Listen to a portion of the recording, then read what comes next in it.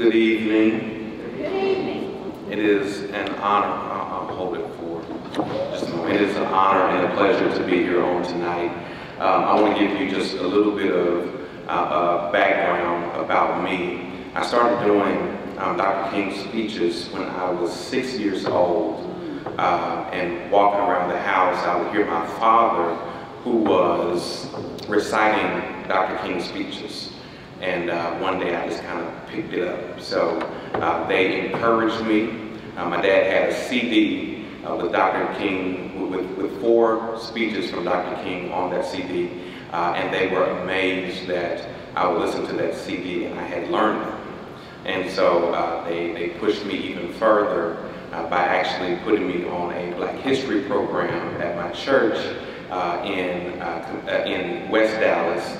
And so that's how I got started doing this. In 2015, I started an organization called Echoes of a King. My youth pastor, from when I was younger, came to me. He said, "Man, you really ought to take this further." And so I had done it for a long time. Black History programs, oratorical contests, anywhere, everywhere, you name it. The State Fair, they had something at the State Fair. I remember doing that. And so at the age of 15, I actually got the opportunity to go to Atlanta and do it for Mrs. King and her family. And my dad actually got the call. He was on his way to work. He was an HVAC technician and got a call from Coretta Scott King and said, "Hey, can Nucleus come to Atlanta?" And my dad was like, "Yeah, of course he can." And so we set that up, and I got an opportunity to meet the King family. At that time, I only knew those 4 speeches on the CD that my father had. But when I left Atlanta, Mrs. King gave me some cassette tapes. On those cassette tapes, the cassette tapes, or the body of work, was entitled "A Knock at Midnight." And there were a series of sermons in there that I fell in love with. And I began to learn them, I began to listen to them. And so I'm going to do an excerpt from one of them tonight, entitled "Why Jesus Called a Man a Fool." So what I want you to do is for the first 5 to 6 seconds of this, is to close your eyes. And I want you to imagine what it must be like to be in the 1950s as a young Black man or a young Black woman, where you're not able to do the things that everybody else is doing. You're not able to get your food at the front of the restaurant, but you've got to go to the back. You're not able to ride the bus where you would like to, but you've got to sit at the back. And if somebody comes on that needs a seat that doesn't look like you, you've got to give up your seat. You can't shop in department stores, not even touch the clothes. If you touch it, you have to buy it, because you are presumed as dirty, and that you've just tainted the clothes if you've touched them. So think about that time, and hear the words of Dr. King in that time from the excerpt, "Why Jesus Called a Man a Fool."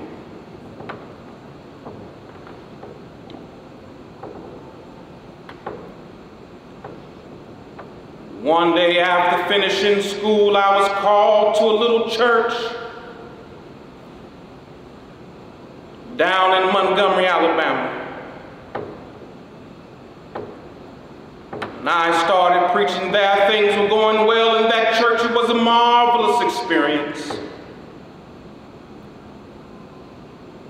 One day, a year later, a lady by the name of Rosa Parks decided that she wasn't going to take it any longer. She stayed in the bus seat. You may not remember it because it's way back now, several years, but it was the beginning of a movement where 50,000 black men and women refused absolutely to ride the city buses, and we walked together for 381 days. That's where we got to learn in the North. Negroes had to learn to stick together. And we stuck together. And we sent out the call. No Negro rode the buses. It was one of the most amazing things I've ever seen in my life. The people of Montgomery asked me to serve as a spokesman. And as the president of the new organization of the Montgomery Improvement Association became in being to lead the boycott, I couldn't say no. Then we started our struggle together.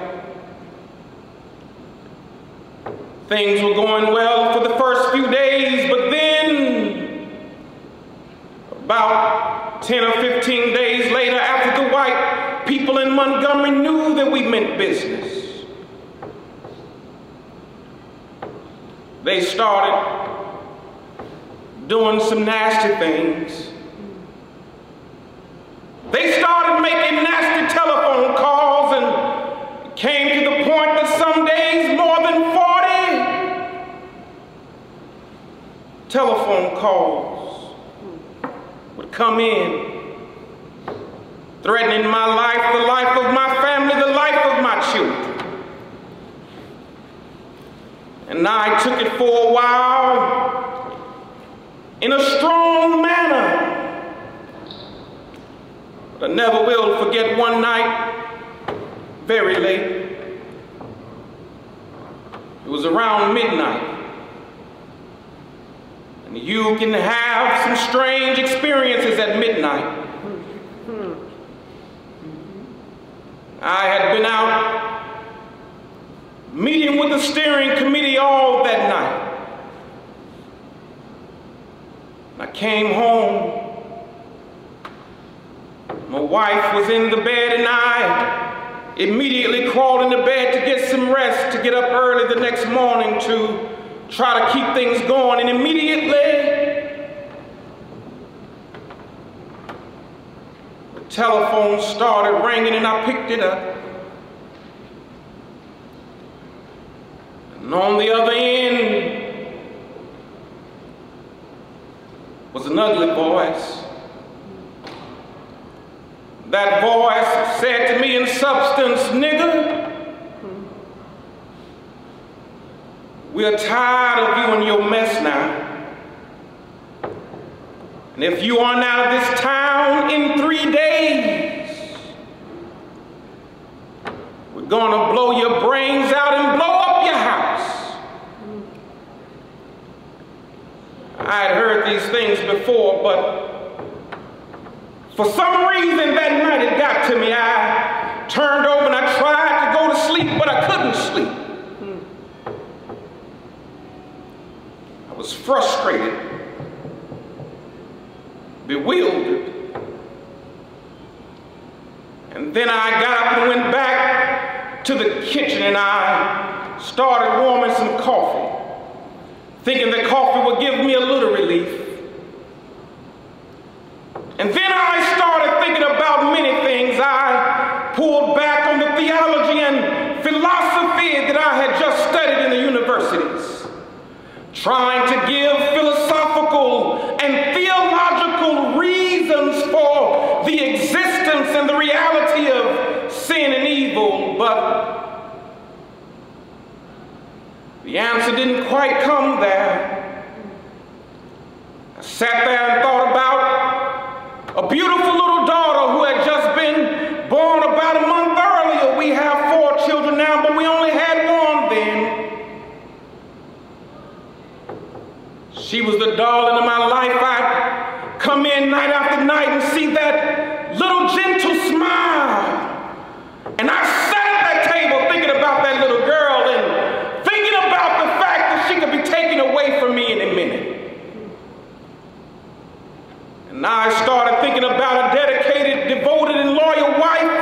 who was over there asleep. She could be taken from me, and I could be taken from her. And I got to the point that I couldn't take it any longer. I was weak. And something said to me, you can't call on Daddy now. He's up in Atlanta, 175 miles away. You can't even call on Mama now. But you've got to call on that something and that person that your daddy used to tell you about. That power that can make a way out of no way. And now I discovered then that religion had to become real to me, and I had to know God for myself. And now I bow down over that cup of coffee. I never will forget it. Oh yes, I prayed a prayer. And I prayed out loud that night. I said, Lord, I'm down here trying to do what's right. I think I'm right. I think the cause that we represent is right. But Lord, I must confess that I'm weak now. I'm faltering. I'm losing my courage. And I can't let the people see me like this, because if they see me weak and losing my courage, then they will begin to get weak. Seems at that moment that I can hear it in the voice saying to me, Martin Luther, stand up for righteousness, stand up for justice, stand up for truth, and lo, I will be with you even until the end of the world. I tell you, I've seen the lightning flash. I've heard the thunder roll. I felt sin breakers dashing, trying to conquer my soul. But I heard the voice of Jesus saying still to fight on. He promised never to leave me alone. No, never alone. He promised never to leave me alone. And I'm going on in, believing in him. You'd better know him and know his name and know how to call his name. Don't be a fool. Recognize your dependence on God. Centuries ago, Jeremiah raised a question. He said, is there no balm in Gilead? Is there no physician there? He asked it because he saw the evil people prospering and the good people suffering. Centuries later, our slaves' foreparents came along, and they too saw the injustices of life and had nothing to look forward to morning after morning but the rawhide whip of the overseer, long rows of cotton in the sizzling heat. But they did an amazing thing. They reached back across the centuries and they took Jeremiah's question mark and straightened it into an exclamation point. And they could sing, there is a balm in Gilead to make the wounded whole. There is a balm in Gilead to heal the sin-sick soul. And there is another stanza that I like so well. Sometimes I feel discouraged. And I don't mind telling you this evening that sometimes I feel discouraged. I felt discouraged in Chicago. As I moved through Mississippi and Georgia and Alabama, I feel discouraged. Living every day under the threat of death, I feel discouraged sometimes. Living every day under extensive criticism, even from Negroes, I feel discouraged sometimes. Yes, sometimes I feel discouraged and feel my works in vain. But then the Holy Spirit revives my soul again. There is a balm in Gilead to make the wounded whole. There is a balm in Gilead to heal the sin-sick soul. God bless you.